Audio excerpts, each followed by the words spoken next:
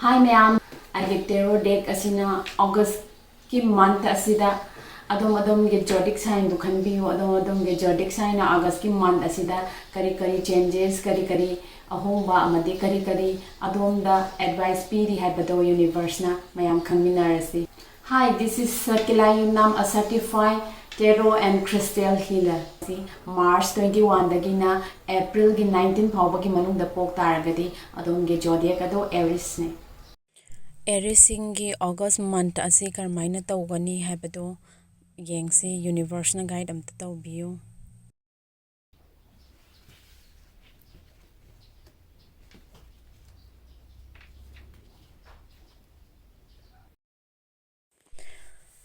Aries ki ichinausing August month asi adomgi damakta yamna faba month ama oigani yum kai panbagi wakanda leiba ichil nausingna yum kai panbagi luhong khongdongbagi confirmation taba dugumba wari natraga anoba proposal lakpa ko luhong khongdongbaga mari lainana proposal lakpa adumaina stable oibagi card sida uye aduga yum kai sagena plan tawba ichil nausingna August ki month asida adomna yaugiba marukumba phangba adumaina tawbagisu card sida so tawe natraga atopa haidi help ki hanguba matamda domna irai laina phangba hai tare adugumba achauba ama uye aduga kanagumba ichil naw karana hotna jagi bathabak mai pakpagi ichil naw sing natraga maru mapang sing mayam tawraga celebrate tawbagi adugumba nungaiba moment mayam amsu uye aduga senthumgi matangda oiba taragadi isana darka tariba sentum paisa nuksagi matangse sigisi sisu afaba oi habadi adomna darka tariba adomgi thabaktugi hanguba matamda maru mapangsingna harau pibirakba natraga adomna invest tawgiba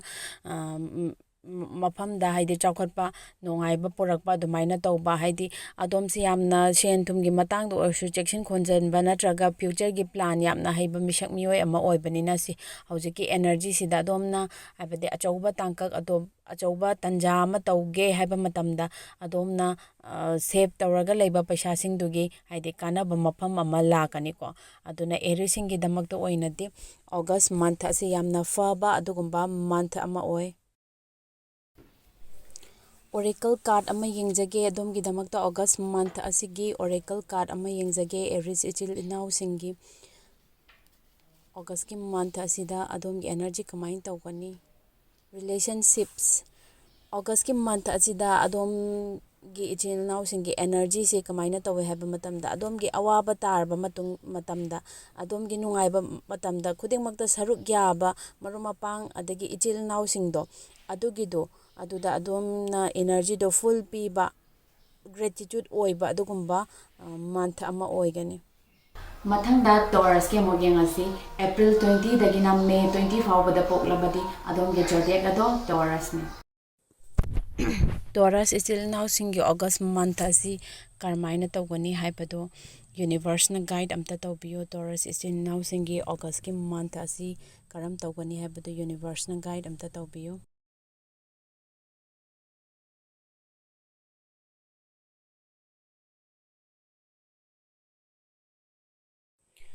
August ki month ase Taurus ichil inausingi single oiriba ichil inausingi yamna romantic oiba mawongda adomda proposal lakpa yaiko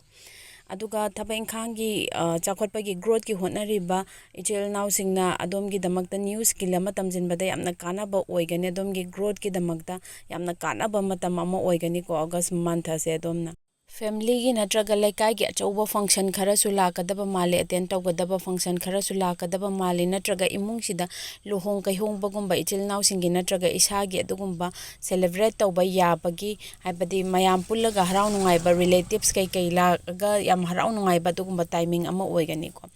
aduga past ki matamda trauma leinagiba relatives mai yanadaba nungainadaba leinagiba kharasu hojiki celebrate tawraga mayam family mayam relatives mayam punbasida khara makhaidi fanyam kokhragani haidi pasta kaunarudaba ichil naw oi taragasu relatives yanagidaba oi taragasu handaki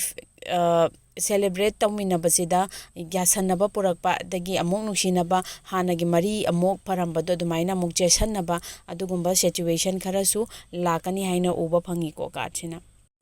ꯒ꯭ꯔꯣꯠꯀꯤꯗꯃꯛꯇ ꯌꯥꯝꯅ ꯐꯕ month ꯑꯃ ꯑꯣꯏꯒꯅꯤ ꯑꯗꯨꯒ ꯔꯤꯂꯦꯁꯟꯁꯤꯞꯇ ꯅꯠꯇ꯭ꯔꯒ ꯍꯁꯕꯦꯟ and wife ꯑꯣꯏꯅ ꯂꯩꯅꯔꯕ ꯏꯆꯤꯜ ꯏꯅꯥꯎꯁꯤꯡꯁꯨ ꯑꯗꯣꯝꯒꯤ partner ꯑꯃꯅ ꯌꯥꯝꯅ ꯔꯣꯃꯥꯟꯇꯤꯛ ꯑꯣꯏꯕ ꯌꯥꯝꯅ ꯅꯨꯡꯁꯤꯕ ꯃꯑꯣꯡꯗ ꯑꯗꯣꯝꯗ ꯍꯥꯏꯕꯗꯤ ꯎꯠꯄ ꯑꯗꯨꯒꯨꯝꯕ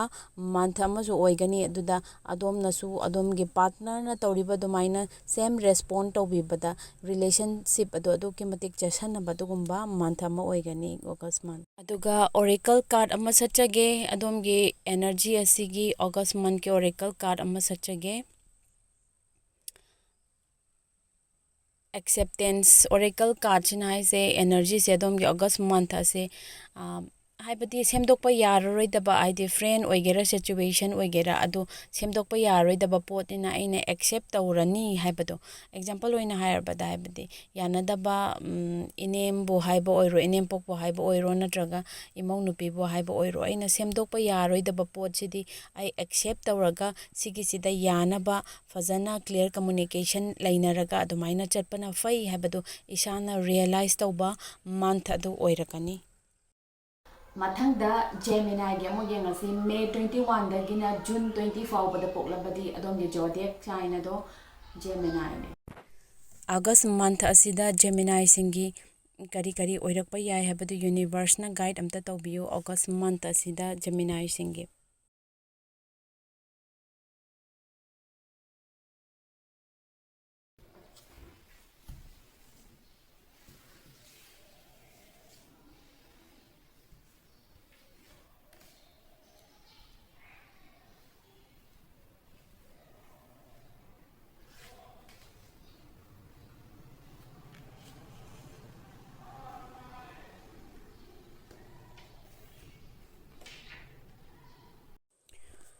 ꯖꯦꯃꯤꯅꯥꯏꯁꯤꯡ ꯑꯥꯒꯁ ꯃꯟꯊ ꯑꯁꯤꯗ ꯄꯥꯁꯀꯤ ꯇ꯭ꯔꯣꯃꯥ ꯈꯔꯅ ꯃꯔꯝ ꯑꯣꯏꯔꯀꯥꯟꯗ ꯑꯣꯒꯁꯀꯤ ꯃꯟꯊ ꯑꯁꯤꯗ ꯑꯗꯣꯝ ꯍꯥꯏꯗꯤ ꯅꯠꯇꯕ ꯋꯥꯈꯜꯗ ꯆꯠꯀꯦ ꯍꯥꯏꯕꯒꯤ ꯋꯥꯈꯜꯗ ꯂꯥꯛꯄ ꯌꯥꯏꯀꯣ ꯍꯥꯏꯕꯗꯤ ꯅꯤꯁꯥ ꯄꯨꯁꯥꯗ ꯆꯨꯁꯟꯈꯤꯕ ꯐꯠꯇꯕ ꯁꯤꯆꯨꯋꯦꯁꯟ ꯑꯃꯗ ꯎꯡꯉꯒ ꯂꯩꯔꯒ ꯊꯣꯔꯛꯄ ꯉꯝꯗꯕ ꯑꯗꯨꯒꯨꯝꯕ ꯍꯥꯏꯗꯤ ꯀꯟꯗꯤꯁꯟꯗ ꯑꯣꯏꯈꯤꯕ ꯅꯠꯇ꯭ꯔꯒ ꯏꯚꯟ ꯔꯤꯂꯦꯁꯟꯁꯤꯞꯇ ꯂꯩꯅꯔꯤꯕ ꯏꯆꯤꯜ ꯏꯅꯥꯎꯁꯤꯡꯅ ꯅꯠꯇꯕ ꯂꯤꯆꯠ ꯃꯇꯝ ꯆꯥꯗꯅ ꯆꯠꯄꯒꯨꯝꯕꯀꯣ ꯅꯠꯇ꯭ꯔꯒ ꯀꯅꯥꯒꯨꯝꯕ ꯏꯆꯤꯜ ꯏꯅꯥꯎ ꯈꯔꯅꯀꯣ ꯏꯁꯥꯒꯤ ꯍꯥꯏꯗꯤ ꯈꯨꯗꯣꯡꯆꯥꯕ ꯈꯤꯇꯪ ꯌꯦꯡꯉꯀꯥꯟꯗ ꯏꯁꯥꯒꯤ ꯇꯨꯡꯗ ꯀꯔꯤ ꯊꯣꯔꯛꯀꯅꯤ ꯈꯪꯗꯕꯤꯗ ꯍꯥꯏꯗꯤ ꯁꯦꯟ ꯊꯨꯝꯒꯤ ꯄ꯭ꯔꯣꯕ꯭ꯂꯦꯝ ꯂꯩꯕꯒꯤ ꯃꯇꯥꯡꯕꯨ ꯑꯣꯏ ꯇꯥꯔꯒꯁꯨ ꯏꯁꯥꯒꯤ ꯂꯩꯔꯤꯕ ꯔꯤꯂꯦꯁꯟꯁꯤꯞ ꯍꯥꯏꯗꯤ ꯏꯁꯥꯒꯤ ꯄꯨꯟꯁꯤꯗꯨꯗ ꯅꯨꯡꯉꯥꯏꯕ ꯋꯥꯠꯂꯦ ꯈꯟꯕꯒꯤ ꯑꯣꯏꯕ ꯇꯥꯔꯒꯁꯨ ꯑꯗꯨꯃꯥꯏꯅ ꯇꯧꯕꯗ ꯑꯊꯨꯕꯗ ꯊꯥꯡꯖꯜꯂꯨꯕ ꯐꯠꯇꯕ ꯈꯣꯡꯊꯥꯡ ꯈꯔꯒꯤ ꯑꯗꯣꯝꯒꯤ ꯍꯥꯏꯗꯤ ꯐꯜ ꯐꯪꯕ ꯌꯥꯏꯀꯣ ꯑꯗꯨꯅ ꯑꯣꯒꯁ ꯃꯟꯊ ꯑꯁꯤ ꯖꯦꯃꯤꯅꯥꯏꯁꯤꯡ ꯈꯤꯇꯪ ꯆꯦꯛꯁꯤꯟꯕꯤꯌꯨ ꯔꯤꯂꯦꯁꯟꯁꯤꯞꯇ ꯂꯩꯕ ꯏꯆꯤꯜ ꯏꯅꯥꯎꯁꯤꯡꯁꯨ ꯈꯤꯇꯪ ꯆꯦꯛꯁꯤꯟꯕꯤꯌꯨ ꯑꯗꯨꯒ ꯄꯥꯁꯀꯤ ꯇ꯭ꯔꯣꯃꯥꯗ ꯂꯩꯕ ꯏꯆꯤꯜ ꯏꯅꯥꯎꯁꯤꯡꯁꯨ ꯅꯤꯁꯥ ꯄꯨꯁꯥꯒꯤ ꯋꯥꯈꯜꯂꯣꯟꯗ ꯆꯪꯈꯤꯗꯅꯕ ꯈꯤꯇꯪ ꯆꯦꯛꯁꯤꯟꯕꯤꯌꯨ ꯖꯦꯃꯤꯅꯥꯏꯁꯤꯡ ꯗꯤꯁꯤꯖꯟ ꯂꯧꯕꯗ ꯈꯤꯇꯪ ꯆꯦꯛꯁꯤꯟꯕꯤꯌꯨ ꯍꯥꯊꯨ ꯍꯣꯕꯤ ꯋꯥꯈꯜ ꯈꯟꯊꯗꯕꯤꯗ ꯏꯁꯥꯒꯤ ꯏꯟꯅꯔ ꯏꯟꯇ꯭ꯌꯨꯁꯟ ꯇꯥꯗꯕꯤꯗ ꯗꯤꯁꯤꯖꯟ ꯍꯦꯛꯇ ꯑꯊꯨꯕ ꯃꯇꯝꯗ ꯂꯧꯁꯤꯟꯕꯤꯕꯗꯣ ꯑꯗꯣꯝꯒꯤ ꯌꯥꯝꯅ ꯃꯥꯡꯖꯕ ꯑꯣꯏꯒꯅꯤ ꯑꯣꯒꯁꯀꯤ ꯃꯟꯊ ꯑꯁꯤ ꯑꯣꯔꯦꯀꯜ ꯀꯥꯔꯗ ꯑꯃ ꯌꯦꯡꯖꯒꯦ ꯑꯗꯣꯝꯒꯤ ꯑꯦꯅꯔꯖꯤ ꯑꯣꯔꯦꯀꯜ ꯀꯥꯔꯗ ꯑꯃ ꯌꯦꯡꯖꯒꯦ ꯑꯣꯒꯁꯀꯤ ꯃꯟꯊ ꯑꯁꯤꯒꯤ ꯖꯦꯃꯤꯅꯥꯏ ꯏꯆꯤꯜ ꯏꯅꯥꯎꯁꯤꯡꯒꯤ ꯑꯣꯔꯦꯀꯜꯒꯤ ꯀꯥꯔꯗ ꯑꯃ ꯌꯦꯡꯖꯒꯦ ꯁꯔꯚꯤꯁ ꯑꯣꯒꯁꯀꯤ ꯃꯟꯊ ꯑꯁꯤꯗ ꯑꯗꯣꯝꯅ ꯗꯣꯅꯦꯁꯟꯒꯨꯝꯕ ꯇꯧꯕꯤꯕ ꯅꯠꯇ꯭ꯔꯒ ꯆꯦꯔꯤꯇꯤꯒꯨꯝꯕ ꯇꯧꯕꯤꯕꯗ ꯑꯗꯣꯝꯗ ꯌꯥꯝꯅ ꯐꯕ ꯀꯥꯟꯅꯕ ꯑꯃ ꯑꯣꯏꯒꯅꯤ ꯌꯨꯅꯤꯚꯔꯁꯅ ꯑꯗꯣꯝꯒꯤ ꯑꯦꯅꯔꯖꯤꯁꯦ ꯑꯗꯨꯝ ꯁꯥꯔꯚꯤꯁ ꯇꯧꯅꯤꯡꯕꯒꯤꯀꯣ ꯑꯐꯕ ꯑꯗꯨꯒ ꯅꯤꯗꯤ ꯄꯤꯄꯜ ꯃꯩ ꯂꯩꯖꯗꯕ ꯀꯅꯥꯒꯨꯝꯕ ꯑꯉꯥꯡꯁꯤꯡ ꯂꯥꯏꯔꯤꯛꯇꯤ ꯌꯥꯝꯅ ꯇꯝꯖꯅꯤꯡꯕ ꯑꯉꯥꯡꯁꯤꯡꯗ ꯑꯗꯨꯝ ꯐ꯭ꯔꯤꯗ ꯂꯥꯏꯔꯤꯛꯀꯨꯝꯕ ꯇꯥꯛꯄꯤꯕꯕꯨꯁꯨ ꯑꯐꯕ ꯑꯣꯏꯒꯅꯤ ꯒꯨꯔꯨ ꯄꯨꯔꯅꯤꯃꯥꯒꯤ ꯃꯇꯝꯁꯨ ꯑꯣꯏ ꯖꯨꯟ 21ꯗꯒꯤ ꯖꯨꯂꯥꯏ 22 ꯐꯥꯎꯕꯗ ꯄꯣꯛꯄꯤꯔꯒꯗꯤ ꯑꯗꯣꯝꯒꯤ ꯖꯣꯗꯤꯌꯦꯛ ꯁꯥꯏꯟ ꯑꯗꯨ ꯀꯦꯟꯁꯔꯅꯤ ꯀꯦꯟꯁꯔ ꯏꯆꯤꯟ ꯏꯅꯥꯎꯁꯤꯡꯒꯤ ꯑꯣꯒꯁꯀꯤ ꯃꯟꯊ ꯑꯁꯤ ꯌꯨꯅꯤꯚꯔꯁꯅ ꯀꯔꯤ ꯒꯥꯏꯗꯦꯟꯁ ꯄꯤꯅꯤꯡꯕꯒꯦ ꯍꯥꯏꯕꯗꯨ ꯏꯆꯤꯜ ꯏꯅꯥꯎꯁꯤꯡ ꯌꯦꯡꯃꯤꯟꯅꯔꯁꯤ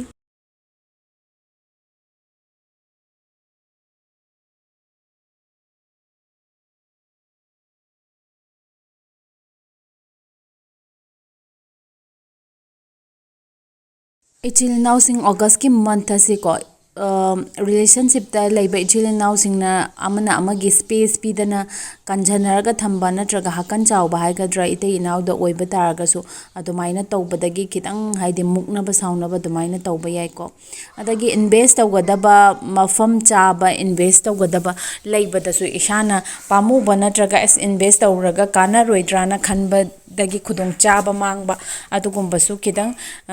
ꯎꯕ ꯐꯪꯉꯤ 에너지ꯁꯤ. ꯑꯗꯨꯒ ꯑꯗꯣꯝꯒꯤ ꯃꯃꯥꯡꯗ ꯑꯗꯣꯝꯅ ꯆꯠꯀꯗꯕ ꯕꯤꯖꯤꯅꯦꯁ ꯇꯧꯕ ꯏꯆꯤꯜ ꯏꯅꯥꯎꯁꯤꯡ ꯑꯣꯏꯇꯥꯔꯒꯁꯨ ꯍꯥꯏꯗꯤ ꯕꯤꯖꯤꯅꯦꯁ ꯑꯗꯣꯝꯅ ꯈꯟꯅꯤꯡꯕ ꯂꯝꯕꯤꯁꯤꯗ ꯂꯝꯕꯤ ꯃꯈꯜ ꯑꯅꯤꯒꯨꯝꯕ ꯂꯥꯛꯄꯀꯣ. ꯑꯗꯨꯗ ꯑꯣꯞꯁꯟ ꯑꯅꯤꯁꯤꯗꯒꯤ ꯀꯔꯝꯕ ꯈꯟꯒꯗꯕꯅꯣ ꯈꯪꯐꯝ ꯈꯪꯗꯕꯒꯤ ꯍꯥꯏꯗꯤ ꯊꯃꯣꯏꯒꯤ ꯑꯣꯏꯕ ꯅꯨꯡꯅꯥꯡꯅꯕ ꯑꯗꯨꯃꯥꯏꯅ ꯂꯩꯕ ꯃꯣꯃꯦꯟ ꯈꯔ ꯎꯕ ꯐꯪꯉꯤꯀꯣ. ꯀꯥꯔꯠꯁꯤꯅ ꯒꯥꯏꯗ ꯇꯧꯔꯤꯕꯁꯦ ꯑꯗꯣꯝꯅ ꯏꯃꯣꯁꯅꯦꯜꯂꯤ ꯐꯖꯅ ꯇꯥꯕꯤꯌꯨ, ꯍꯥꯏꯕꯗꯤ ꯃꯦꯟꯇꯦꯜꯂꯤꯁꯨ ꯁ꯭ꯇꯦꯕꯜ ꯑꯣꯏꯕ ꯈꯤꯇꯪ ꯋꯥꯠꯂꯤꯁꯦ ꯍꯥꯏꯗꯤ ꯏꯃꯣꯁꯅꯦꯜꯂꯤ ꯃꯦꯟꯇꯦꯜꯂꯤ ꯀꯩꯅꯣ ꯍꯥꯏꯕ ꯃꯇꯝꯗ ꯕꯦꯂꯦꯟꯁ ꯇꯧꯕ ꯈꯤꯇꯪ ꯋꯥꯠꯄꯒꯤꯅꯤꯀꯣ. ꯑꯗꯨꯕꯨ ꯏꯁꯥꯒꯤ ꯏꯅꯔ ꯏꯟꯇ꯭ꯌꯨꯁꯟ ꯇꯥꯔꯀꯥꯟꯗ ꯂꯣꯏꯅ ꯍꯥꯏꯗꯤ ꯑꯣꯏꯊꯣꯛꯄ ꯌꯥꯒꯅꯤ ꯁꯤꯅꯦꯕꯀꯣ. ꯏꯅꯔ ꯏꯟꯇ꯭ꯌꯨꯁꯟꯗꯣ ꯏꯁꯥ ꯏꯇꯣꯝꯗ ꯈꯟꯖꯔꯒ ꯇꯥꯖꯒꯗꯕꯅꯤ. ꯏꯃꯣꯁꯅꯦꯜꯂꯤ ꯅ꯭ꯌꯨ ꯁ꯭ꯇꯥꯔꯠ ꯑꯃ ꯇꯧꯕꯒꯤꯗꯤ ꯌꯥꯝꯅ ꯐꯕ ꯃꯇꯝ ꯑꯃ ꯑꯣꯏꯀꯣ. ꯑꯗꯨꯒ ꯔꯤꯂꯦꯁꯟꯁꯤꯞꯇꯁꯨ ꯑꯃꯅ ꯑꯃꯒꯤ ꯈꯤꯇꯪ ꯁ꯭ꯄꯦꯁ ꯄꯤꯕ ꯃꯊꯧ ꯇꯥꯏꯀꯣ. ꯀꯩꯅꯣ ꯑꯗꯣꯝꯅ ꯑꯦꯆꯤꯞ ꯇꯧꯒꯦ ꯈꯜꯂꯤꯕ ꯒꯣꯜꯗꯨ ꯀꯩꯁꯨ ꯑꯔꯥꯞꯄꯗ ꯂꯩꯕ ꯅꯠꯇꯦ, ꯑꯅꯛꯄꯗ ꯂꯩꯀꯣ. ꯇꯧꯕꯗꯕꯨ ꯑꯗꯣꯝꯅ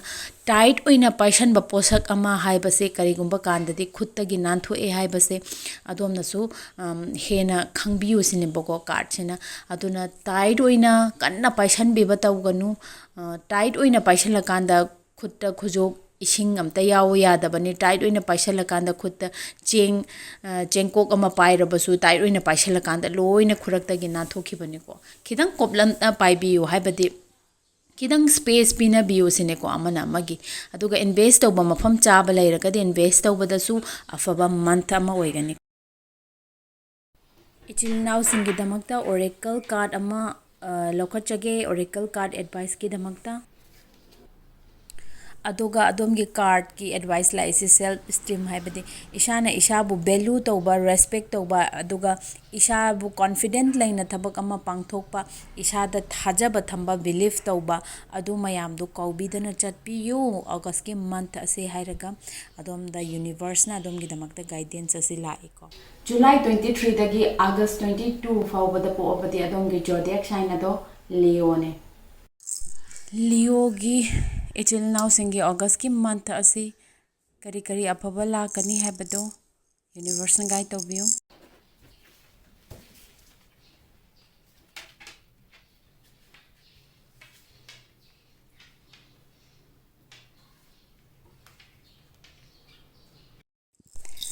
ꯑꯣꯒꯁꯀꯤ ꯃꯟꯊ ꯑꯁꯤꯗ ꯑꯗꯣꯝ ꯈꯤꯇꯪ ꯊꯕꯛ ꯏꯪꯈꯥꯡꯗ ꯍꯥꯏꯕꯗꯤ ꯒ꯭ꯔꯣꯠꯀꯤ ꯃꯇꯥꯡꯗ ꯑꯣꯏꯕ ꯑꯣꯏꯔꯁꯨ, ꯁ꯭ꯇꯨꯗꯦꯟꯁꯤꯡꯅ ꯑꯣꯏꯕ ꯑꯣꯏꯔꯁꯨ ꯈꯤꯇꯪ ꯊꯨꯅ ꯌꯥꯡꯅ ꯋꯥꯈꯜ ꯈꯤꯇꯪ ꯈꯟꯊꯗꯕꯤꯗ ꯆꯠꯄꯗꯒꯤ ꯑꯗꯣꯝ ꯈꯨꯗꯤ ꯊꯤꯖꯤꯟꯕ ꯊꯣꯛꯄ ꯌꯥꯏ. ꯀꯅꯥꯒꯨꯝꯕ ꯏꯆꯤꯜ ꯏꯅꯥꯎꯁꯤꯡꯅ ꯃꯥꯏꯅꯔ ꯑꯦꯛꯁꯤꯗꯦꯟꯁꯨ ꯊꯣꯛꯄ ꯌꯥꯏ. ꯈꯤꯇꯪ ꯆꯦꯛꯁꯤꯟꯕꯤꯁꯤꯀꯣ ꯂꯤꯑꯣꯗ ꯂꯩꯕ ꯏꯆꯤꯜ ꯏꯅꯥꯎꯁꯤꯡꯅ. ꯑꯗꯨꯒ ꯏꯆꯤꯜ ꯏꯅꯥꯎ ꯔꯦꯁꯄꯣꯟꯁꯤꯕꯤꯂꯤꯇꯤ ꯈꯨꯗꯤꯡꯃꯛꯁꯦ ꯌꯨꯝꯒꯤ ꯑꯣꯏꯔꯁꯨ, ꯑꯗꯒꯤ ꯑꯣꯐꯤꯁꯇ ꯊꯕꯛ ꯇꯧꯕ ꯏꯆꯤꯜ ꯏꯅꯥꯎꯁꯤꯡꯒꯤ ꯑꯣꯏꯇꯥꯔꯒꯁꯨ, ꯁ꯭ꯇꯨꯗꯦꯟ ꯑꯣꯏꯇꯥꯔꯒꯁꯨ, ꯔꯦꯁꯄꯣꯟꯁꯤꯕꯤꯂꯤꯇꯤ ꯈꯨꯗꯤꯡꯃꯛꯁꯦ ꯏꯁꯥꯅ ꯂꯩꯔꯤꯕ ꯃꯐꯝꯗꯨꯒꯤ ꯂꯣꯏꯅ ꯏꯁꯥꯅ ꯇꯧꯔꯒ ꯁꯦꯇꯤꯁꯐꯥꯏ ꯑꯣꯏ ꯍꯥꯏꯕꯒꯤ ꯃꯑꯣꯡꯗ ꯂꯣꯏꯅ ꯏꯁꯥꯅ ꯀꯣꯟꯁꯤꯟꯕꯤꯕ ꯇꯧꯕꯤꯕ. ꯑꯁꯨꯃꯥꯏꯅ ꯇꯧꯕꯁꯤꯗꯒꯤ ꯑꯗꯣꯝꯁꯦ ꯁ꯭ꯇ꯭ꯔꯦꯁ ꯈꯤꯇꯪ ꯂꯥꯛꯑꯦꯀꯣ. ꯍꯥꯏꯕꯗꯤ ꯑꯋꯥꯕ ꯃꯤ ꯈꯨꯗꯤꯡꯗ ꯏꯁꯥꯅ ꯏꯊꯧꯁꯤ ꯁꯤꯟꯅꯊꯣꯛꯄꯤꯈꯤꯗꯕꯗꯒꯤ ꯏꯁꯥꯅ ꯂꯣꯏꯅ ꯀꯣꯟꯁꯤꯜꯂꯒ ꯊꯝꯕ, ꯏꯁꯥꯅ ꯂꯣꯏꯅ ꯍꯥꯏꯕꯗꯤ ꯇꯧꯕ ꯉꯝꯒꯅꯤ ꯈꯟꯕꯩ ꯃꯇꯥꯒꯨꯝꯕ ꯑꯗꯨꯃꯥꯏꯅ ꯇꯧꯕꯁꯤꯗ ꯈꯤꯇꯪ ꯏꯁꯥꯁꯤꯗ ꯑꯋꯥꯕ ꯄꯤꯕ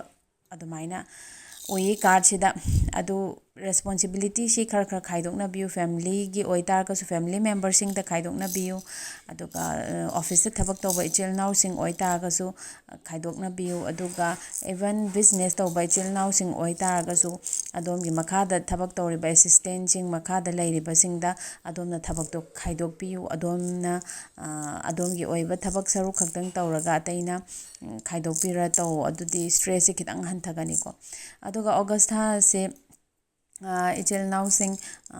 स्पिरिचुअल जर्नी दा कितंग चपदा इसा से यामना शांति लेबा पीसफुल ओइबा ओइगनिको मेडिटेशन तौबीबा याय नत्रगा स्पिरिचुअल गी ओइबा मफम सिंगदा अदोमना चलगा इसा गे पुकनिंग गी शांति ओइना बंगा लाइनुंग खोइरम थोउबा अदुमाइन तौबसु इसा दे यामना पीसफुल फंगबा शांति यामना पुरकपा अदुगुंबा वखल लैताबा ओइगनिको वखल लैताबा तारगदि ग्रोथ की मतंगदा अफबगी मतंगदा नत्रगा रिलेशनशिप की मतंगदा खुदिंगमक्ता वखन थोकनी खुदिंगमक्ता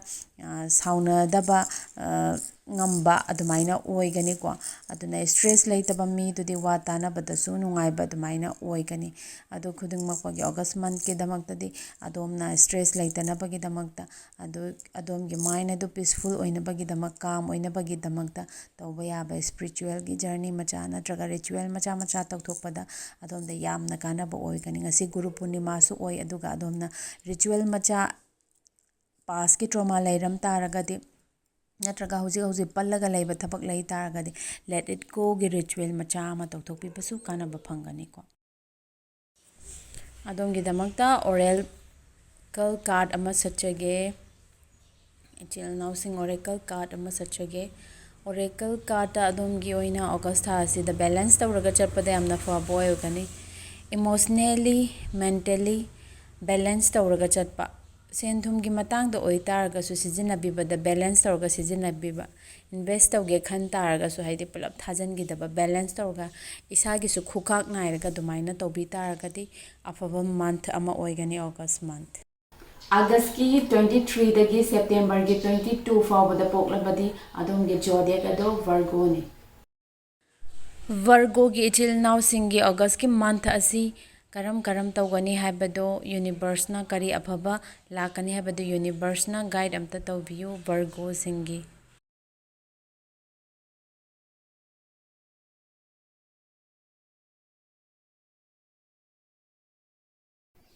वर्गो के चिलिनाउ सिंग सेंथुम की मतंग द ऑगस्ट था से अदोम की दमकता थोइना प्रॉब्लम लेबा ओइरोय चटफम लई तारगसु लाखफमसु अदुम लेबा अदुमाइना ओइगनि मंथ असे सेंथुम की मतंगदा तौबदबो अदोम की थाजजबा मीना अदोम द बिट्रे तौरपगी अदोम से स्ट्रेस खरदि लेगदौरी ऑगस्ट की मंथ असे रिलेशनशिप द लेबा चिलनाउ सिंग नत्रगा मतै मनाउ सिंग खिदंग चेक्शन बियु हाइबदि थर्ड पर्सन अमना एनीबडी ओइबे याय को फ्रेंड सर्कल दगी ओइबे याय फैमिली मेंबर दगी ओइबे याय नखोई बानी गे आर्गुमेंट तौनदोइबा मरम से थर्ड पर्सन अमना मरम ओइरगा ओइगनि को कपल लाउबा यावरपा याय थमोय कायबा याय साउनगिबदगी ब्रेकअप पाउबा तौरपा याय अदुना इचेल नाउसिंग खिदंग चेक्शन बियो वर्गो गे इचेल नाउसिंग करिगुंबा खना चैनाबगी थोरक तारगसु इशाना खिदंग रिप्लाई तौबदा रिएक्ट तौबदुदि यामना हेंजना तौबिगनु कैगिनो हाइबदि रीडिंग सि मयामना तारबनिना लाकदबा पोसक तो खंगबनिना इशाना चेक्शन थौरांग फजना लौखलगा चटपियु वर्गोसिंग अदुगा डिसीजन अथौबदा खलखलकपगा ngatangi oiba sauningbada wakhandana ama chindana ama phat haidokpase kitang lepisi ko वर्गो गे इचिनाउ सिंग यामना यांगना थुना सचट हाइदोकपा ama oidauri अदोमगी एनर्जी से फायर एनर्जी द लेबा अदुमाइना ओइरिको अगस्त मंथ असे अदुना अदोम से खितांग चेक्शन बियो वांगांग थोक खोदोपदा फैमिली मेंबर सिंग ओइबा याइको मरुइना अदुगे रिलेशनशिप द लेबा इचिल नाउ सिंग खरा हेना चेक्शन हनिंगेको इचिल नाउ सिंग यामना चेक्शन बा मथौ मताई खना चाइना बसिदगी अदोमना थोअनिंगतबा प्रॉब्लम मयाम अमा थोरकपा याइको कार्डसिना गाइड तौरिबसे तुना डिसीजन अमा लौरमदाय मतमदा वखन खल्लगा लौबिबा अदगी ngang matamda fazana filter tawraga ngangbiba ko adumaina tawradi haidi relationship ta lakadaba haidi phataba mayamdagi kanba ngamgani ko chilnaw sing August ki month ase ko August ki month asida adom gi energy kamain tawni haibagi damakta oracle card ama lokachage chilnaw sing adom gi damakta honesty अदोम की oracle card चिना high बसे अदोम की August month असे अदोम न चटलुबा थबक थौरम खुदिंग the को मरो मपांग ओइ बयाय family ग ओइ बयाय को खुदिंग म याम थमोय शेंगना हाइदि ꯌꯥꯝ ꯊꯃꯣꯏ ꯁꯦꯡꯅ ꯑꯃꯛꯄ ꯑꯝꯇ ꯂꯩꯇꯕꯤꯗ ꯑꯗꯨꯃꯥꯏꯅ ꯇꯧꯕꯤꯌꯨ ꯍꯥꯏꯔꯤꯀꯣ ꯍꯥꯏꯗꯤ ꯊꯃꯣꯏ ꯁꯦꯡꯕ ꯃꯊꯧ ꯌꯥꯝꯅ ꯇꯥꯏ ꯍꯥꯏꯗꯤ ꯊꯃꯣꯏ ꯁꯦꯡꯕꯁꯤꯅ ꯑꯗꯣꯝꯒꯤ ꯐꯥꯎꯟꯗꯦꯁꯟ ꯀ꯭ꯂꯤꯌꯥꯔꯤꯇꯤ ꯂꯩꯗꯣꯏꯅꯤꯀꯣ ꯑꯗꯨꯒꯤ ꯃꯇꯨꯡꯗ ꯍꯥꯏꯗꯤ ꯑꯁꯣꯏꯕ ꯑꯝꯇ ꯂꯩꯇꯅꯕꯒꯤꯗꯃꯛ ꯁꯦꯞꯇꯦꯝꯕꯔꯒꯤ 23ꯗꯒꯤ ꯑꯣꯛꯇꯣꯕꯔꯒꯤ 22 ꯐꯥꯎꯕꯗ ꯄꯣꯛꯂꯕꯗꯤ ꯑꯗꯣꯝꯒꯤ ꯖꯣꯗꯤꯌꯦꯛ ꯁꯥꯏꯟ ꯑꯗꯣ ꯂꯤꯕ꯭ꯔꯥꯅꯤ꯫ ꯂꯤꯕ꯭ꯔꯥꯒꯤ ꯏꯆꯤꯜ ꯏꯅꯥꯎꯁꯤꯡ ꯑꯣꯒꯁꯀꯤ ꯃꯟꯊ ꯑꯁꯤ ꯑꯗꯣꯝꯒꯤ ꯑꯐꯕ ꯄꯣꯖꯤꯇꯤቭ ꯀꯔꯤ ꯀꯔꯤ ꯂꯥꯛꯀꯅꯤ ꯍꯥꯏꯕꯗꯣ ꯌꯦꯡꯃꯤꯟꯅꯁꯤ ꯌꯨꯅꯤꯚꯔꯁꯅ ꯒꯥꯏꯗ ꯇꯧꯕꯤꯌꯨ꯫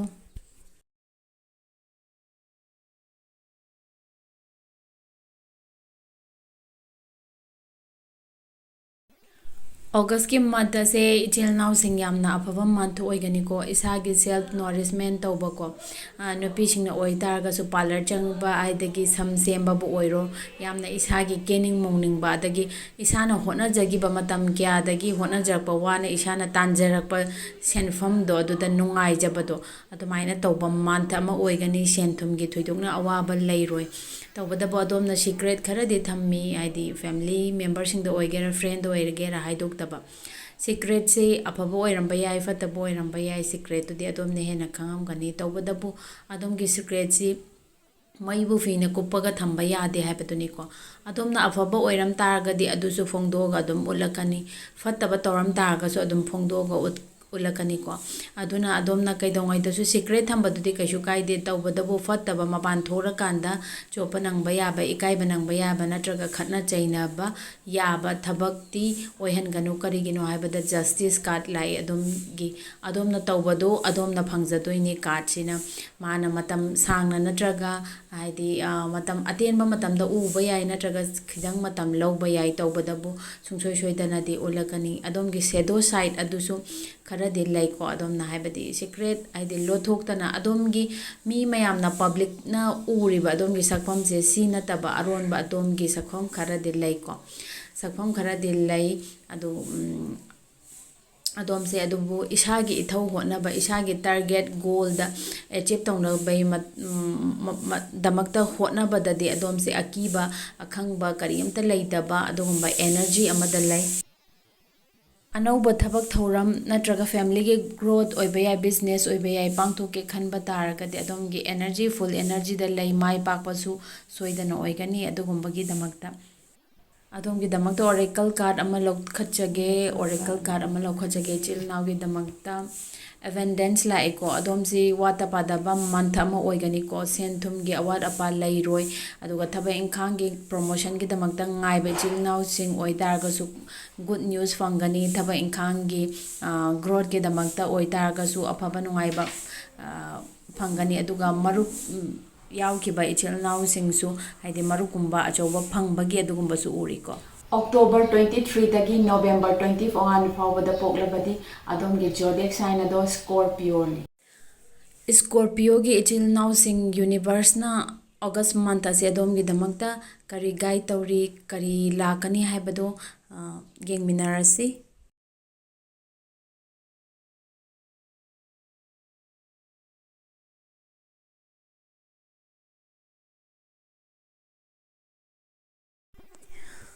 ꯑꯣꯒꯁꯀꯤ ꯃꯟ ꯑꯁꯤ ꯁ꯭ꯀꯣꯔꯄꯤꯌꯣꯒꯤ ꯏꯆꯤꯜ ꯏꯅꯥꯎꯁꯤꯡꯀꯣ ꯃꯟꯀꯤ ꯍꯧꯒꯠꯂꯛꯄ ꯃꯇꯝ ꯑꯁꯤꯗ ꯏꯁꯥꯒꯤ ꯃꯦꯟꯇꯦꯜꯂꯤ ꯑꯃꯗꯤ ꯏꯃꯣꯁꯅꯦꯜꯂꯤ ꯈꯤꯇꯪ ꯁ꯭ꯇꯦꯕꯜ ꯑꯣꯏꯗꯕ ꯑꯗꯨꯃꯥꯏꯅ ꯇꯧꯕ ꯈꯤꯇꯪ ꯎꯕ ꯐꯪꯉꯤꯀꯣ ꯁ꯭ꯇꯦꯕꯜ ꯑꯣꯏꯗꯕ ꯍꯥꯏꯗꯤ ꯏꯆꯤꯜ ꯏꯅꯥꯎꯁꯤꯡ ꯃꯦꯟꯇꯦꯜꯂꯤꯁꯨ ꯈꯤꯇꯪ ꯁ꯭ꯇ꯭ꯔꯦꯁ ꯂꯩꯕ ꯀꯩꯅꯣ ꯄꯥꯁꯇ ꯑꯗꯣꯝꯒꯤꯗꯃꯛꯇ ꯈꯤꯇꯪ ꯂꯩꯈ꯭ꯔꯦꯀꯣ ꯄꯥꯁꯇ ꯑꯗꯣꯝꯒꯤ ꯇ꯭ꯔꯣꯃꯥ ꯈꯤꯇꯪ ꯂꯩꯈꯔꯦ ꯑꯗꯨꯅ ꯇ꯭ꯔꯣꯃꯥꯗꯣ ꯀꯦꯔꯤ ꯇꯧꯔꯒ ꯑꯣꯒꯁꯀꯤ ꯃꯟ ꯑꯁꯤꯗꯁꯨ ꯆꯠꯂꯤꯀꯣ ꯃꯟꯀꯤ ꯍꯧꯒꯠꯂꯛꯄ ꯃꯇꯝꯁꯤꯗ ꯑꯗꯨꯃꯥꯏꯅ ꯆꯠꯂꯤ ꯃꯟꯀꯤ ꯃꯌꯥꯏꯋꯥꯏ ꯑꯣꯏꯁꯜꯂꯛꯄꯁꯤꯐꯥꯎꯗ ꯑꯗꯣꯝꯁꯤ ꯏꯃꯣꯁꯅꯦꯜꯂꯤ ꯕꯦꯂꯦꯟꯁ ꯏꯇꯧ ꯇꯧꯕ ꯉꯝꯗꯕ ꯑꯗꯨꯃꯥꯏꯅ ꯍꯥꯏꯗꯤ ꯇꯧꯅ ꯎꯏꯀꯣ ꯏꯆꯤꯜ ꯏꯅꯥꯎꯁꯤꯡ ꯑꯗꯨꯅ ꯏꯁꯥꯒꯤ ꯏꯃꯣꯁꯅꯦꯜꯂꯤ ꯕꯦꯂꯦꯟꯁ ꯇꯧꯅꯕ ꯍꯣꯠꯅꯕꯤꯌꯨ ꯑꯗꯨꯒ ꯃꯟꯀꯤ ꯂꯣꯏꯁꯤꯜꯂꯛꯄꯁꯤꯡꯗꯗꯤ ꯏꯁꯥꯅ ꯔꯤꯌꯦꯂꯥꯏꯁ ꯇꯧꯕ ꯍꯧꯔꯛꯑꯦꯀꯣ ꯍꯥꯏꯕꯗꯤ ꯃꯦꯟꯇꯦꯜꯂꯤ ꯑꯗꯒꯤ ꯏꯃꯣꯁꯅꯦꯜꯂꯤ ꯁ꯭ꯇ꯭ꯔꯦꯁ ꯂꯩꯔꯤꯕꯗꯣ ꯍꯥꯏꯕꯗꯤ ꯀꯥꯟꯅꯗꯕ ꯃꯐꯝꯗ ꯁ꯭ꯇ꯭ꯔꯦꯁ ꯂꯩꯖꯕꯅꯤ ꯏꯁꯥꯅ ꯍꯥꯏꯗꯤ ꯇꯧꯖꯕꯅꯤ ꯍꯥꯏꯕꯗꯣ ꯏꯁꯥꯅ ꯈꯪꯕ ꯉꯝꯃꯛꯄꯗꯣ ꯑꯗꯨꯃꯥꯏꯅ ꯇꯧꯔꯦ ꯑꯗꯨꯒ ꯃꯟꯊꯀꯤ ꯂꯣꯏꯁꯤꯜꯂꯛꯄꯗꯗꯤ ꯑꯗꯣꯝꯅ ꯔꯤꯌꯦꯂꯥꯏꯁ ꯇꯧꯔꯀꯥꯟꯗ ꯑꯗꯣꯝ ꯌꯥꯝꯅ ꯑꯗꯣꯝꯒꯤ ꯒꯣꯜꯗꯨ ꯑꯗꯨ ꯑꯦꯆꯤꯞ ꯇꯧꯅꯕꯒꯤꯗꯃꯛꯇ ꯑꯗꯣꯝꯒꯤ ꯒ꯭ꯔꯣꯠꯀꯤ ꯑꯣꯏꯕ ꯐꯥꯏꯅꯥꯟꯁꯤꯌꯦꯜꯒꯤ ꯑꯣꯏꯕ ꯈꯨꯗꯤꯡꯃꯛꯄꯗ ꯅꯠꯇ꯭ꯔꯒ ꯔꯤꯂꯦꯁꯟꯁꯤꯞꯀꯤ ꯑꯣꯏꯕ ꯈꯨꯗꯤꯡꯃꯛꯄꯗ ꯑꯗꯣꯝꯁꯦ ꯐꯣꯀꯁ ꯇꯧꯕ ꯉꯝꯕ ꯑꯗꯨꯒ ꯑꯦꯛꯁꯟ ꯄꯥꯏꯈꯠꯄ ꯉꯝꯕ ꯑꯗꯨꯒꯨꯝꯕ ꯑꯦꯅꯔꯖꯤ ꯑꯃꯗ ꯂꯥꯛꯀꯅꯤꯀꯣ ꯑꯣꯒꯁꯀꯤ ꯂꯣꯏꯁꯤꯜꯂꯛꯄ ꯃꯟꯊꯁꯤꯗꯗꯤ ꯏꯆꯤꯟ ꯏꯅꯥꯎꯁꯤꯡ ꯑꯗꯣꯝꯒꯤ ꯑꯦꯅꯔꯖꯤꯒꯤꯗꯃꯛꯇ ꯀꯔꯤ ꯒꯥꯏꯗ ꯇꯧꯔꯤ ꯍꯥꯏꯕꯗꯣ ꯌꯨꯅꯤꯚꯔꯁꯅ ꯑꯗꯨ ꯌꯦꯡꯁꯤ ꯃꯌꯥꯝ ꯑꯣꯔꯦꯀꯜ ꯀꯥꯔꯗ ꯑꯃ ꯂꯧꯈꯠꯆꯒꯦ ꯑꯣꯔꯦꯀꯜ ꯀꯥꯔꯗꯁꯤꯅ ꯀꯔꯤ ꯍꯥꯏꯔꯤ ꯌꯦꯡꯁꯤꯀꯣ ꯋꯥꯔꯤ ꯃꯌꯥꯝ ꯉꯁꯥꯏ ꯀꯥꯔꯗꯇꯁꯨ ꯍꯧꯕꯗꯁꯨ ꯃꯌꯥꯝ ꯍꯥꯏꯈ꯭ꯔꯦꯀꯣ ꯋꯥꯔꯤ ꯊꯥꯗꯣꯛꯄꯤꯌꯨ ꯍꯥꯏꯔꯤꯀꯣ ꯀꯥꯟꯅꯗꯕꯗ ꯋꯥꯔꯤ ꯇꯧꯕꯁꯤꯅ ꯀꯩꯁꯨ ꯀꯥꯟꯅꯕ ꯄꯣꯔꯛꯇꯦ ꯏꯁꯥꯗ ꯃꯦꯟꯇꯦꯜꯂꯤ ꯐꯤꯖꯤꯀꯦꯜꯂꯤ ꯑꯃꯗꯤ ꯏꯃꯣꯁꯅꯦꯜꯂꯤ ꯏꯁꯥꯗ ꯑꯋꯥꯕ ꯄꯤꯁꯤꯅꯦꯀꯣ ꯀꯥꯔꯗꯁꯤꯅ ꯒꯥꯏꯗ ꯅꯣꯕꯦꯝꯕꯔ 22ꯗꯒꯤ ꯗꯤꯁꯦꯝꯕꯔ 21 ꯐꯥꯎꯕꯗ ꯄꯣꯛꯂꯕꯗꯤ ꯑꯗꯣꯝꯒꯤ ꯖꯣꯗꯤꯌꯛ ꯁꯥꯏꯟ ꯑꯗꯨ ꯁꯦꯒꯤꯇꯦꯔꯁꯅꯤ ꯁꯦꯒꯤꯇꯦꯔꯁꯀꯤ ꯏꯆꯤꯜ ꯏꯅꯥꯎꯁꯤꯡ ꯌꯨꯅꯤꯚꯔꯁꯅ ꯑꯗꯣꯝꯒꯤꯗꯃꯛꯇ ꯀꯔꯤ ꯒꯥꯏꯗ ꯇꯧꯔꯤ ꯍꯥꯏꯕꯗꯨ ꯌꯦꯡꯁꯤꯀꯣ ꯑꯗꯣꯝꯒꯤ ꯑꯣꯒꯁ ꯃꯟꯊ ꯑꯁꯤ ꯑꯗꯣꯝꯒꯤꯗꯃꯛꯇ ꯌꯨꯅꯤꯚꯔꯁꯅ ꯀꯔꯤ ꯍꯥꯏꯔꯤ ꯍꯥꯏꯕꯗꯨ ꯌꯦꯡꯃꯤꯟꯅꯁꯤ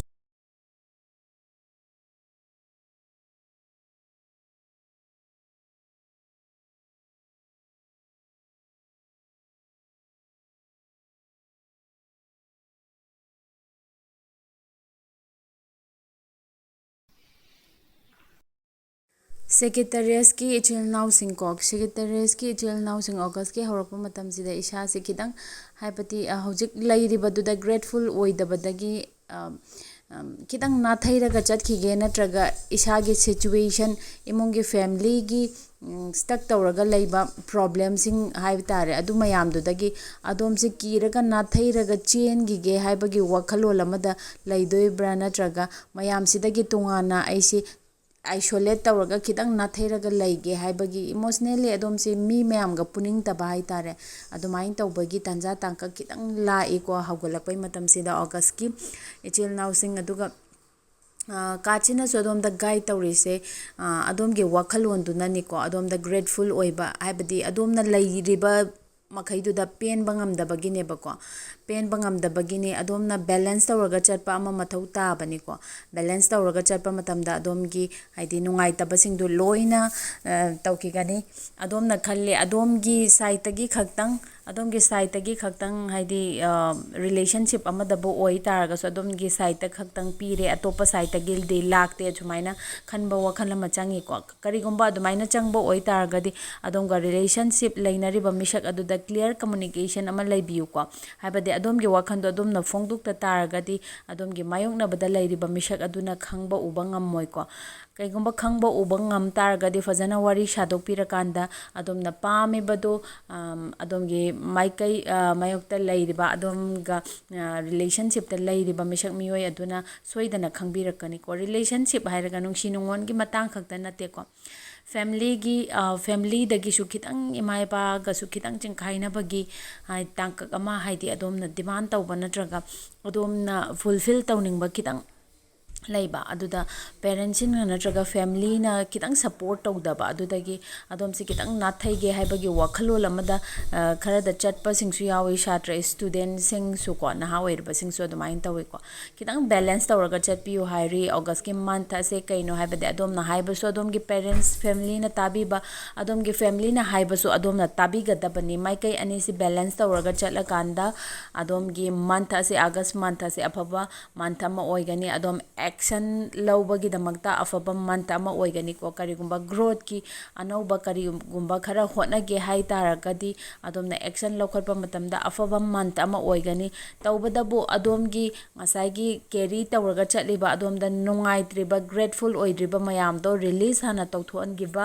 ꯃꯊꯧ ꯑꯃ ꯇꯥꯏꯀꯣ ꯑꯗꯨ ꯍꯥꯟꯅ ꯔꯤꯂꯤꯁ ꯇꯧꯈ꯭ꯔꯕ ꯃꯇꯨꯡꯁꯤꯗ ꯑꯗꯣꯝꯅ ꯑꯦꯅꯤ ꯑꯦꯛꯁꯟ ꯒ꯭ꯔꯣꯠꯀꯤ ꯃꯇꯥꯡꯗ ꯑꯐꯕꯒꯤ ꯃꯇꯥꯡꯗ ꯐꯦꯃꯤꯂꯤꯒꯤ ꯑꯣꯏꯕ ꯌꯥꯏ ꯅꯠꯇ꯭ꯔꯒ ꯔꯤꯂꯦꯁꯟꯒꯤ ꯃꯇꯥꯡꯗ ꯑꯣꯏꯕ ꯌꯥꯏꯀꯣ ꯔꯤꯂꯦꯁꯟꯁꯤꯞꯀꯤꯃꯇꯥꯡꯗꯁꯨ ꯑꯣꯏꯕ ꯌꯥꯏ ꯑꯗꯨꯗ ꯍꯣꯠꯅꯕ ꯃꯇꯝꯗ ꯁꯨꯡꯁꯣꯏ ꯁꯣꯏꯗꯅ ꯑꯐꯕ ꯐꯜ ꯐꯪꯕ ꯃꯟꯊ ꯑꯃ ꯑꯣꯏꯒꯅꯤꯀꯣ ꯑꯗꯣꯝꯒꯤꯗꯃꯛꯇ ꯑꯣꯔꯦꯀꯜ ꯀꯥꯔꯗ ꯑꯃ ꯂꯧꯈꯠꯆꯒꯦ ꯑꯣꯔꯦꯀꯜ ꯀꯥꯔꯗ ꯒꯥꯏꯗꯦꯟꯁꯀꯤꯗꯃꯛꯇ ꯂꯣꯟꯂꯤꯅꯦꯁ ꯃꯟꯊ ꯑꯁꯤꯗ ꯀꯔꯤꯒꯨꯝꯕ ꯃꯇꯝꯗꯁꯨ ꯑꯗꯨꯝ ꯂꯣꯟꯂꯤ ꯑꯣꯏꯔꯦ ꯑꯗꯣꯝꯁꯦ ꯅꯥꯏꯇꯣꯝ ꯇꯥꯏ ꯀꯩꯗꯧꯉꯩꯗꯁꯨ ꯈꯟꯕꯤꯒꯅꯨꯀꯣ ꯀꯩꯒꯤꯅꯣ ꯑꯗꯣꯝꯒꯤ ꯄꯥꯔꯠꯅꯔ ꯅꯠꯇ꯭ꯔꯒ ꯑꯗꯣꯝꯒꯤ ꯐꯦꯃꯤꯂꯤ ꯃꯦꯝꯕꯔꯁꯤꯡ ꯑꯗꯨ ꯑꯗꯣꯝꯒꯤꯗꯃꯛꯇ ꯃꯇꯝ ꯈꯨꯗꯤꯡꯃꯛꯇ ꯂꯩ ꯍꯥꯏꯕꯁꯤ ꯀꯩꯗꯧꯉꯩꯗꯁꯨ ꯀꯥꯎꯕꯤꯒꯅꯨ ꯑꯗꯣꯝꯅ ꯅꯥꯊꯩꯔꯒ ꯆꯠꯂꯒ ꯃꯐꯝ ꯑꯃꯠꯇꯗ ꯁꯨꯀꯨꯟ ꯄꯤꯁ ꯐꯪꯒꯗꯕ ꯀꯔꯤꯁꯨ ꯂꯩꯇꯦ ꯑꯗꯨꯒꯤ ꯃꯍꯨꯠꯇ ꯍꯥꯏꯗꯤ ꯄ꯭ꯔꯣꯕ꯭ꯂꯦꯝ ꯂꯩꯔꯝ ꯇꯥꯔꯒꯗꯤ ꯁꯣꯜꯕ ꯇꯧꯅꯕ ꯍꯣꯠꯅꯕꯤꯌꯨ ꯗꯤꯁꯦꯝꯕꯔ 22ꯗꯒꯤ ꯖꯅꯋꯥꯔꯤ 19 ꯐꯥꯎꯕꯗ ꯄꯣꯛꯂꯕꯗꯤ ꯑꯗꯣꯝꯒꯤ ꯖꯣꯗꯤꯛ ꯁꯥꯏꯟ ꯑꯗꯣ ꯀꯦꯄ꯭ꯔꯤꯀꯣꯔꯟꯅꯤ ꯀꯦꯄ꯭ꯔꯤꯀꯣꯟꯒꯤ ꯏꯆꯤꯜ ꯏꯅꯥꯎꯁꯤꯡꯒꯤ ꯌꯨꯅꯤꯚꯔꯁꯅ ꯑꯣꯒꯁ ꯃꯟꯊ ꯑꯁꯤ ꯀꯔꯤ ꯒꯥꯏꯗꯦꯟꯁ ꯄꯤꯔꯤ ꯍꯥꯏꯕꯗꯣ ꯀꯦꯄ꯭ꯔꯤꯀꯣꯟꯒꯤ ꯏꯆꯤꯜ ꯏꯅꯥꯎꯁꯤꯡ ꯌꯦꯡꯃꯤꯟꯅꯔꯁꯤ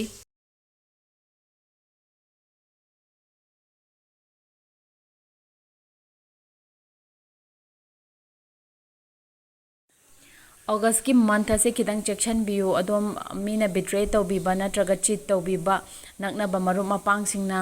ꯅꯠꯇ꯭ꯔꯒ ꯏꯃꯨꯡ ꯃꯅꯨꯡꯒꯤ ꯐꯦꯃꯤꯂꯤ ꯃꯦꯝꯕꯔꯁꯤꯡꯅ ꯑꯣꯏꯔꯁꯨ ꯑꯗꯨꯃꯥꯏꯅ ꯇꯧꯕꯒꯤ ꯑꯦꯅꯔꯖꯤ ꯈꯔ ꯎꯕ ꯐꯪꯉꯤ ꯅꯠꯇ꯭ꯔꯒ ꯍꯥꯏꯔꯤꯕ ꯄꯣꯠꯁꯛ ꯑꯁꯤ ꯑꯗꯣꯝꯅ ꯃꯤ ꯑꯇꯣꯞꯄꯗ ꯇꯧꯕꯤꯕꯁꯨ ꯌꯥꯏꯀꯣ ꯍꯥꯏꯕꯗꯤ ꯅꯛꯅꯕ ꯃꯤꯗꯗꯤ ꯑꯣꯏꯗꯣꯏꯅꯦ ꯇꯧꯕꯤꯒꯦ ꯈꯜꯂꯒꯗꯤ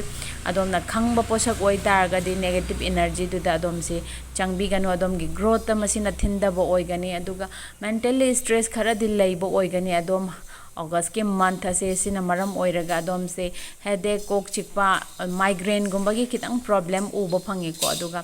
ꯈꯨꯠ ꯅꯣꯡꯁꯨ ꯍꯥꯏꯗꯤ ꯊꯕꯛ ꯏꯪꯈꯥꯡ ꯌꯥꯝ ꯁꯨꯕꯒꯤ ꯈꯨꯗꯥꯡꯒꯨꯝꯕ ꯁꯤꯗꯕꯀꯣ ꯈꯨꯖꯦꯡꯒꯨꯝꯕ ꯑꯗꯨꯒꯨꯝꯕꯩꯁꯨ khitang ꯑꯦꯅꯔꯖꯤ ꯎꯕ ꯐꯪꯉꯤ ꯀꯩꯒꯨꯝꯕ ꯊꯕꯛ ꯏꯪꯈꯥꯡꯒꯤ ꯌꯥꯝꯅ ꯑꯆꯤꯟꯕ ꯂꯩ ꯇꯥꯔꯒꯁꯨ ꯉꯥꯏꯍꯥꯛ ꯉꯥꯏꯍꯥꯛ ꯍꯥꯏꯗꯤ ꯈꯨꯠꯀꯤ ꯑꯦꯛꯁꯔꯁꯥꯏꯁ ꯇꯧꯕ ꯄꯣꯊꯥꯕꯤꯕ ꯑꯗꯨꯃꯥꯏꯅ ꯇꯧꯕ ꯀꯥꯎꯕꯤꯒꯅꯨ ꯏꯃꯣꯁꯅꯦꯜꯂꯤꯁꯨ khitang ꯍꯥꯏꯗꯤ ꯏꯃꯣꯁꯅꯦꯜꯂꯤ khitang ꯍꯔꯥꯎꯕ ꯇꯥꯡꯀꯛ ꯈꯔꯁꯨ ꯎꯕ ꯐꯪꯉꯤꯀꯣ ꯍꯥꯏꯕꯗꯤ ꯀꯅꯥꯒꯨꯝꯕ ꯏꯆꯤꯜ ꯏꯅꯥꯎ ꯈꯟꯖꯔꯒ ꯅꯨꯡꯁꯤꯖꯔꯒ ꯂꯩꯕ ꯃꯤꯁꯛꯀꯤ ꯄ꯭ꯔꯣꯄꯣꯁꯀꯨꯝꯕ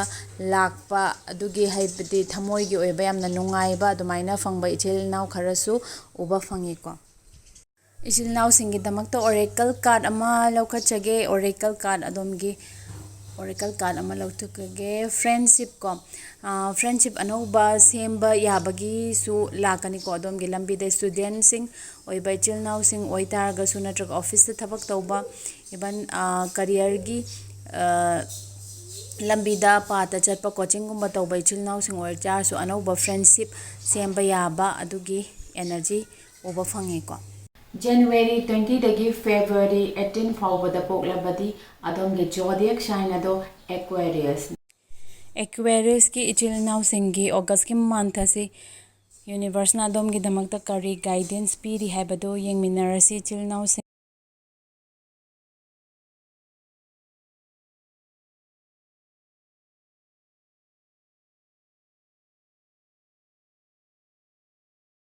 ꯑꯣꯒꯁꯀꯤ ꯃꯟꯊ ꯑꯁꯦ ꯑꯗꯣꯝ ꯇ꯭ꯔꯦꯕꯦꯜꯒꯨꯝꯕ ꯆꯠꯄꯒꯤ ꯈꯨꯗꯣꯡꯆꯥꯕ ꯑꯗꯨꯃꯥꯏꯅ ꯂꯥꯛꯀꯅꯤꯀꯣ ꯃꯄꯥꯟ ꯂꯝꯗꯒꯤ ꯑꯗꯨꯒꯨꯝꯕꯒꯤ ꯇ꯭ꯔꯦꯕꯦꯜꯒꯨꯝꯕ ꯆꯠꯊꯣꯛꯄꯒꯤ ꯌꯥꯝꯅ ꯅꯨꯡꯉꯥꯏꯕ ꯃꯟꯊ ꯑꯃ ꯑꯣꯏꯒꯅꯤ ꯑꯗꯨꯒ ꯑꯗꯣꯝꯅ ꯑꯅꯧ ꯑꯅꯧꯕ ꯄ꯭ꯂꯥꯟ ꯃꯌꯥꯝ ꯑꯃ ꯒ꯭ꯔꯣꯠꯀꯤꯗꯃꯛꯇ ꯐꯦꯃꯤꯂꯤꯒꯤ ꯑꯣꯏꯕ ꯇꯥꯔꯒꯁꯨ ꯑꯗꯒꯤ ꯕꯤꯖꯤꯅꯦꯁ ꯇꯧꯕ ꯏꯆꯤꯜ ꯏꯅꯥꯎꯁꯤꯡ ꯁ꯭ꯇꯨꯗꯦꯟꯁꯤꯡ ꯑꯣꯏꯇꯥꯔꯒꯁꯨ ꯑꯗꯣꯝꯅ ꯒ꯭ꯔꯣꯠꯀꯤ ꯄ꯭ꯂꯥꯟ ꯃꯌꯥꯝ ꯑꯃ ꯁꯦꯝꯒꯅꯤꯀꯣ ꯑꯆꯧ ꯑꯆꯧꯕ ꯄ꯭ꯂꯥꯟ ꯃꯌꯥꯝ ꯑꯃ ꯇꯧꯕꯇꯕꯨ ꯔꯦꯁꯄꯣꯟꯁꯤꯕꯤꯂꯤꯇꯤ ꯃꯌꯥꯝ ꯑꯃ ꯏꯇꯣꯝ ꯈꯛꯇꯅ ꯂꯧꯁꯟꯕꯒꯤꯀꯣ ꯑꯗꯣꯝꯒꯤ ꯒꯣꯜꯗꯨꯗꯤ ꯌꯥꯝ ꯅꯛꯄꯗ ꯂꯩꯔꯦ ꯑꯗꯣ ꯔꯦꯁꯄꯣꯟꯁꯤꯕꯤꯂꯤꯇꯤ ꯃꯌꯥꯝꯗꯨꯅ ꯎꯔꯀꯥꯟꯗ ꯑꯗꯣꯝꯁꯦ ꯑꯗꯨꯛꯀꯤ ꯃꯇꯤꯛ ꯋꯥꯕꯗꯒꯤ ꯃꯃꯥꯡ ꯍꯥꯏꯗꯤ ꯑꯗꯣꯝꯒꯤ ꯑꯅꯛꯄꯗ ꯂꯩꯔꯤꯕ ꯑꯗꯣꯝꯒꯤ ꯒꯣꯜꯗꯣ ꯎꯕ ꯐꯪꯗꯕꯗꯣ ꯑꯗꯨꯒꯨꯝꯕ ꯁꯤꯆꯨꯋꯦꯁꯟꯁꯨ ꯃꯔꯛ ꯃꯔꯛ ꯌꯥꯎꯒꯅꯤ ꯑꯣꯒꯁꯀꯤ ꯃꯟꯊ ꯑꯁꯦ ꯑꯗꯨꯅ ꯑꯗꯣꯝꯅ ꯔꯦꯁꯄꯣꯟꯁꯤꯕꯤꯂꯤꯇꯤꯗꯨ ꯈꯥꯏꯗꯣꯛꯄꯤꯕ ꯑꯗꯣꯝꯒꯤ ꯐꯦꯃꯤꯂꯤꯒꯤ ꯑꯣꯏꯇꯥꯔꯒꯅ ꯐꯦꯃꯤꯂꯤꯒꯤ ꯃꯦꯝꯕꯔꯁꯤꯡꯗ ꯁ꯭ꯇꯨꯗꯦꯟ ꯑꯣꯏꯇꯥꯔꯒꯁꯨ ꯑꯇꯩ ꯃꯔꯨꯞ ꯃꯄꯥꯡꯁꯤꯡꯗ ꯑꯗꯨꯒ ꯕꯤꯖꯤꯅꯦꯁ ꯇꯧꯕ ꯑꯣꯏꯇꯥꯔꯁꯨ ꯕꯤꯖꯤꯅꯦꯁ ꯄꯥꯔꯠꯅꯔ ꯑꯣꯏꯕ ꯌꯥꯏ ꯑꯗꯣꯝꯒꯤ ꯃꯈꯥꯗ ꯂꯩꯕ ꯃꯤꯑꯣꯏꯁꯤꯡꯗ ꯑꯣꯏꯕ ꯌꯥꯏꯀꯣ ꯑꯗꯨꯃꯥꯏꯅ ꯇꯧꯔꯒ ꯈꯔ ꯈꯔ ꯑꯁꯣꯝꯅ ꯊꯕꯛꯁꯤ ꯈꯥꯏꯗꯣꯛꯄꯤꯕ ꯁꯨꯃꯥꯏꯅ ꯇꯧꯕꯤꯌꯨ ꯍꯥꯏꯅ ꯍꯥꯏꯔꯤꯀꯣ ꯑꯁꯣꯝꯒꯤ ꯃꯟꯊꯁꯦ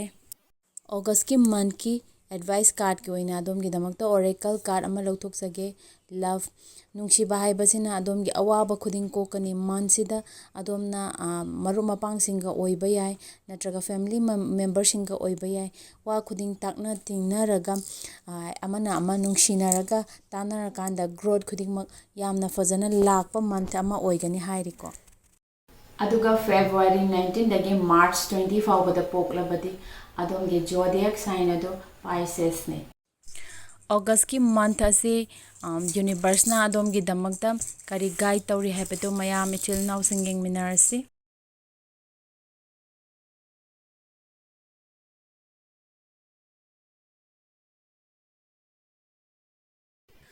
Pisces isin inausing August ki man ase adom gi transition period oigani adom gi past ki trauma kidang carry tawrambado release tawhangrkanda adom se anauba new beginning new start amada transition tawbagi period oi adom gi growth ki damakta yamne action paikhatpa adugumba oi adom se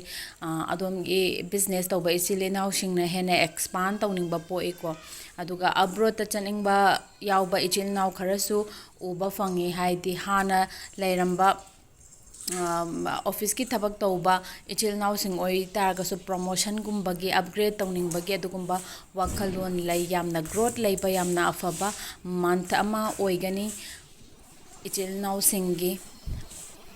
relationship ta layba ichil naw singsu hena mara chetpa hena mara tappa adugumba month ama oigani adugi communication fazana lainagani aduga nungshigi lambi do aduda haidi makha taba hena chechanba lambi ama sembada mai pakpa month ama oigani oracle card ama yengjage adom ge advice ki damakta oracle card ama yengjage surrender laeko adomna any situation adomna khangba ngamdaba gyan tadaba ngamdaba haidi hotnaragasu laushan ngamdraba situation lak taragadi person lak taragadi adum kayamta khanbaganu surrender tawthokpiyoba ishorgi mapamda surrender tawthokpiyoba makha tabadudi ishorna adomda guidance pirakani adomda inner intuition do ishorna tharakani tahalakani aduna adomna stress tawbiganu khudingmak ishorda surrender tawthokpiyo aigi video singbu subscribe tawdriba ichil naw singna subscribe tawba kawbiganu video anauba lakpa khudingi adomda ulaknabagidamata notification bell icon da namba kawbiganu aduga healing gi mathau taraba soul mayam amada financially stuck tawraba relationship da tawham gangdaba nungnangnaba layba career da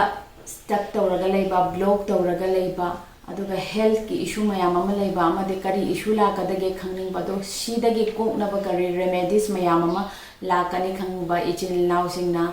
aigi inakta lakpiyu aduga aigi makha description da pijariba phone number asida contact tawbiyu ai mayam gi angamba help tawjage aigi video khudingda natraga aigi whatsapp ta message tawba comment tawba kawbiganu adom gi message amade comment khudingmak aina amata chithadana pajai remedies ki damakta aigi store da domna link biraktuna makhal khudingmak ki crystal fangani asi hairaga ngasi gi matang sida kaina na ba yathang ni jari mathang gi video lakti fawa stay positive keep shining